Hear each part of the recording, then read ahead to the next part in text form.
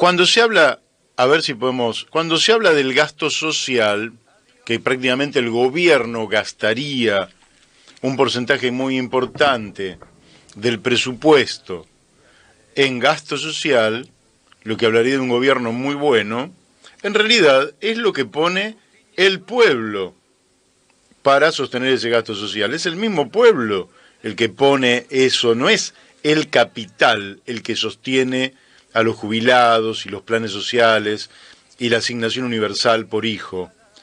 Es el propio pueblo el que lo sostiene. Y esto me parece que es muy importante porque cuando ellos van a bajar el gasto social, lo que van a hacer es plata que pone el pueblo trabajador, las clases medias, medias bajas, los trabajadores, los más humildes cuando compran y pagan el IVA, se lo van a quedar las capas altas. Esto me parece que es un concepto muy interesante. ¿Por qué? Porque hace a una transferencia de ingresos de los sectores populares a los sectores concentrados de la economía. Esto tiene muchas miradas. Por ejemplo, una de las formas de transferir ingresos a los sectores concentrados es la deuda externa. Y es todo el negociado financiero con tasas de interés del 50 y pico %. Entonces ahí la gente vinculada al negocio parasitario financiero están ganando muchísimo dinero en detrimento de las pymes, de todos los comercios, de los profesionales, de los trabajadores. Otras son los bancos extranjeros que también están ganando muchísimo dinero, ¿sí? Y otras son las empresas de servicios, que ya no están cobrando en función de los costos de producción que nadie controla. Porque podríamos estar todos de acuerdo en que cuando vos pagas la luz, el gas, el agua, etcétera, el transporte, pagues los costos, ¿verdad? Es decir, que no vayas a que no esté subsidiado. Bueno, vamos a aceptarlo. Pero acá hay aumentos que superan con holgura no solo la inflación de los últimos 15 años, sino cualquier ganancia razonable, y están ganando muchísimo dinero las empresas. ¿A expensas de quién? De nuevo, de las pymes, de los comercios, de los talleristas, de los pequeños y medianos productores agrarios, de los profesionales, de los médicos, de los maestros, de los trabajadores en general. En fin, es decir, lo que está haciendo el gobierno es una transferencia de riqueza de los sectores populares a los sectores concentrados de la economía. Luego, ¿qué hacen los sectores concentrados de la economía? Porque vos podés decir, bueno, los tipos pasan el rastrillo por el campo del pueblo. Todo el pueblo tiene que poner plata, y esa plata se concentra en unas manos. Esas manos son de la élite económica, de los grandes grupos económicos más concentrados, sobre todo los financieros. Perfecto. ¿Qué hacen todos esos grupos con el dinero? Bueno, el problema es que no lo invierten. Entonces vos estás haciendo una transferencia de riqueza de los sectores del pueblo a los grupos económicos concentrados, empobreciendo aún más a la población, porque empobrecen aún más a la población, y ahora vamos a hablar un segundo sobre eso. Se supone que para que los tipos hagan inversiones. No, los tipos no hacen inversiones, los tipos la fugan la guita. Los tipos la llevan a otro lado. Los tipos hacen otras cosas, la ponen en la timba financiera, pero no hay inversiones. Y que no hay inversiones se muestra con los cortes de luz. A pesar de que están ganando fortunas incalculables, las inversiones son escasas. Y básicamente, entonces, esta concentración de la riqueza en la Argentina se muestra absolutamente ineficaz para mejorar la calidad de vida del pueblo. Por un lado porque lo empobrece, pero por otro lado porque no le ofrece mejores servicios. Entonces, el camino que ha elegido Macri es un camino tan malo, que los que eran indigentes ahora se mueren más de hambre.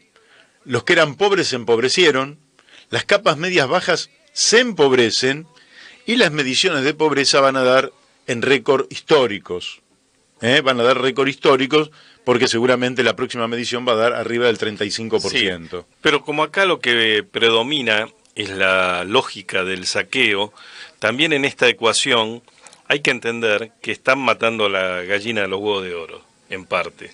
Porque, como bien se decía, si el gasto social se sostiene sobre la base de la recaudación del IVA, y le bajamos los ingresos a los trabajadores y a los jubilados, ¿sí? La consecuencia es que va a haber menos recaudación de IVA, con lo cual entramos en un ciclo de tipo recesivo negativo, donde todos pierden, salvo los especuladores del momento, que entran con capitales golondrinas para llevarse en forma de saqueo las riquezas de la Argentina. Así es, y son todos saqueos, saqueo el comercio exterior, saqueo la minería, saqueo en el mar argentino, el mar argentino que es saqueado sistemáticamente, saqueados los jubilados, saqueados los comerciantes, en fin, yo creo que esta política naturalmente habrá que cambiarla. Bueno, ahí tiraba Carlos también un tema sobre qué es lo que va a pasar con el peronismo. Lógicamente, el gobierno juega a la división del peronismo, pero el peronismo juega a la unidad nacional. Por ejemplo, Roberto Labaña ha planteado la unidad nacional como camino inevitable para abordar los problemas que tiene la Argentina y encontrarle solución duradera, ¿verdad? Ahora, ¿el peronismo juega a esa unidad? ¿O el peronismo está pensando, como Macri está haciendo las cosas mal, y todo va a empeorar a partir del 2020, que esto le estalle a Macri en las manos y después se hacen cargo del gobierno en el marco de una crisis, como ocurrió en el 2001-2002, cuando cae el gobierno de la Rúa? ¿En qué está pensando el peronismo? Porque al peronismo no le costaría tanto. Ponen la marchita, dice Todos Unidos Triunfaremos, convocan a otros sectores. Roberto Labaña está planteando que es muy importante convocar al socialismo, convocar al GEN, convocar al radicalismo progresista, y hacer un polo que se salga de la lógica confrontativa que hay entre el macrismo y el cristinismo. Salirse de esa lógica confrontativa y poder plantear la unidad nacional. ¿Está el peronismo con la generosidad de ánimo o tienen la voracidad por el poder que tienen siempre? Y esa voracidad por el poder lo lleva a que, en lugar de poner la patria antes, después el movimiento y después los hombres, se antepongan ellos sus proyectos personales al interés de todos, al interés general. Entonces yo dudo mucho que el peronismo hoy tenga tantas ganas de ganar la elección del 2019. Creo que al mismo tiempo estamos frente a un oficialismo con un respaldo popular que, dibujando las encuestas, le da un 35%, encuestas totalmente dibujadas, ¿sí? Le da un 35%, pero con eso no se gana una elección, porque virtualmente hay un 65% de la población que rechaza esta política, que rechaza estos resultados que son magros, que el país se achica, que el país es cada vez más injusto, que el país se empobrece, que el país no hace obra pública, que desfinancia la ciencia y la tecnología, que desfinancia la educación. Sí. En parte yo creo que la pregunta que vos hacías hace un rato se responde también en la crisis de los partidos políticos, porque ¿existe el peronismo? ¿Qué es el peronismo? ¿Es un partido, el Partido Peronista? Y el Partido Justicialista es una estructura jurídica a la cual el peronismo siempre la menoscabó porque pensó que era solamente una cáscara para ir a elecciones, que lo importante era el movimiento. Pero hoy también el movimiento es un movimiento que ha perdido doctrina, que quizás no esté ayornado, que ha perdido calidad moral también, poco autocrítico a la hora de evaluar actos de corrupción. Entonces a mí me parece que como opción, tendrá, desde mi punto de vista, tendrá que ver parece que se encamina a dos espacios. Uno es Alternativa Federal, donde está Massa, Urtubey, Pichetto y Schiaretti, y por otro lado aparece Cristina con Unidad Ciudadana.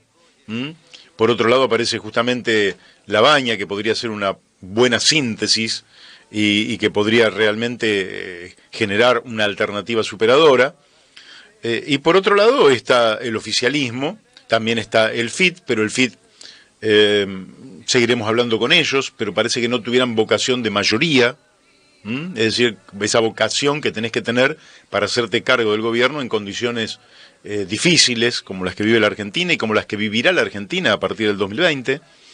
El oficialismo tiene vocación de gobierno porque está en el gobierno, disfruta el gobierno, el hedonismo del poder, pero evidentemente no da pie con bola, gobierna muy mal, y cuando alcancen, Daniel, oyentes, cuando alcancen el equilibrio fiscal en el gasto primario,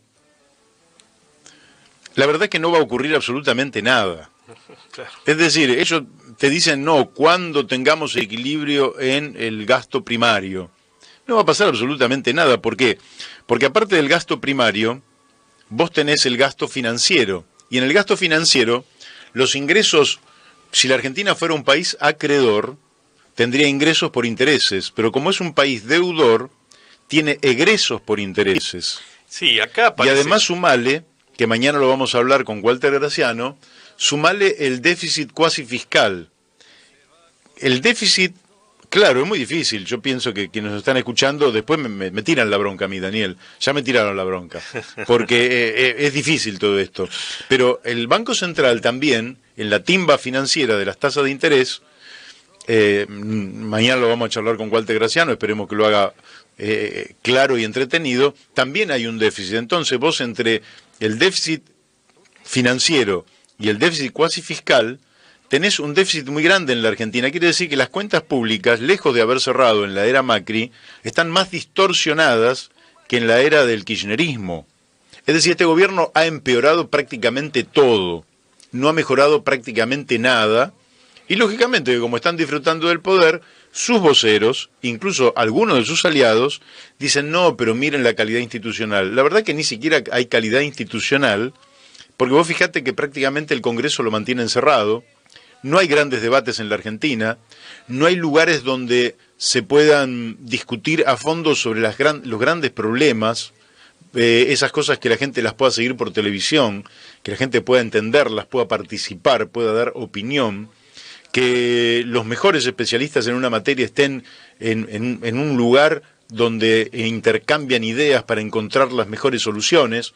Absolutamente, la Argentina está vacía de ideas, vacía de contenido, y hablan en general algunos economistas de un equilibrio fiscal como fuente, como panacea universal a todos nuestros problemas. La verdad es que no va a ser ninguna panacea.